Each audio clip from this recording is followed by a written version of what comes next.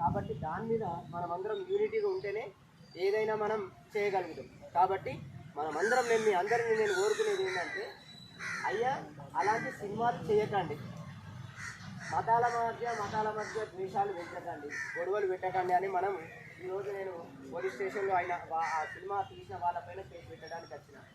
ఒకవేళ మేము ఆ పేపర్ మీద మీరు కూడా సంతకాలు పెడితే అందరు పెట్టినట్టయితే ఓకే, లేదు అంటే ఒకటే పేపర్ని జిరాక్స్ తీసుకొస్తాం, దాని మీద ప్రతి ఒక్కరు మీరు సంతకాలు పెట్టేస్తే మనం అందరం కూడా మన మీద కేసు పెట్టినట్టు అయిపోతుంది.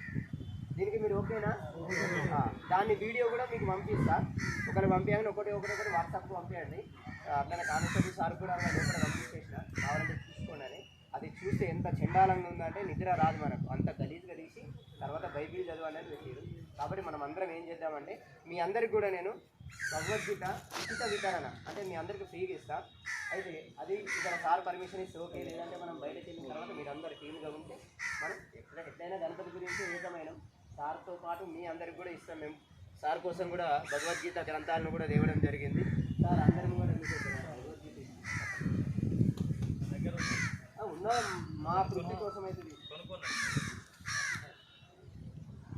సార్ కొనుక్కున్నాడట, కానీ మనమైతే